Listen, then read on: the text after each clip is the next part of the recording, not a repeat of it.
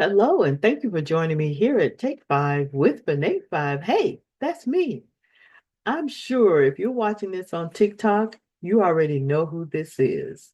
This is Miss Taylor Cassidy, and she has millions of followers. Kicking off Black History Month tonight with a Tik Talker who's made education her mission. Taylor Cassidy, the force behind the Fast Black History series on TikTok, educates 2.2 million followers on all things Black culture and history. Let's take a look. When you look at these men, do you know who they are? The founding fathers. But I'm pretty sure old Georgie never had a six-pack. What else is history covering up? These people, you know them from that same raggedy poster they put up every February. But how much do you truly know about them? On my account, you'll find straightforward, funny, and entertaining videos about Black history, stories you've never heard before, and more.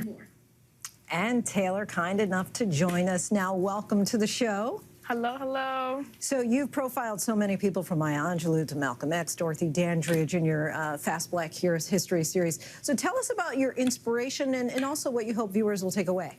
Absolutely. So I started Fast Black History because of the lack of Black history that I had in school. You know, growing up, my parents made it a priority for me to know my history because they knew I wasn't going to get an adequate amount in school. And I've always loved telling stories, and I had already had a following on TikTok in 2020 when I started it. And it blew up to a point that it blew my mind. So I want people to take away that education can be accessible and fun, and they can make it their own. They can make it a part of their story too. I remember being in elementary school and having my textbook, and the only Black history that I could find were 2 pages that were literally colored black, only talking about slavery. And they summarized the entire Black experience literally into less than a unit in that textbook. And I remember feeling in elementary school so isolated and so alone.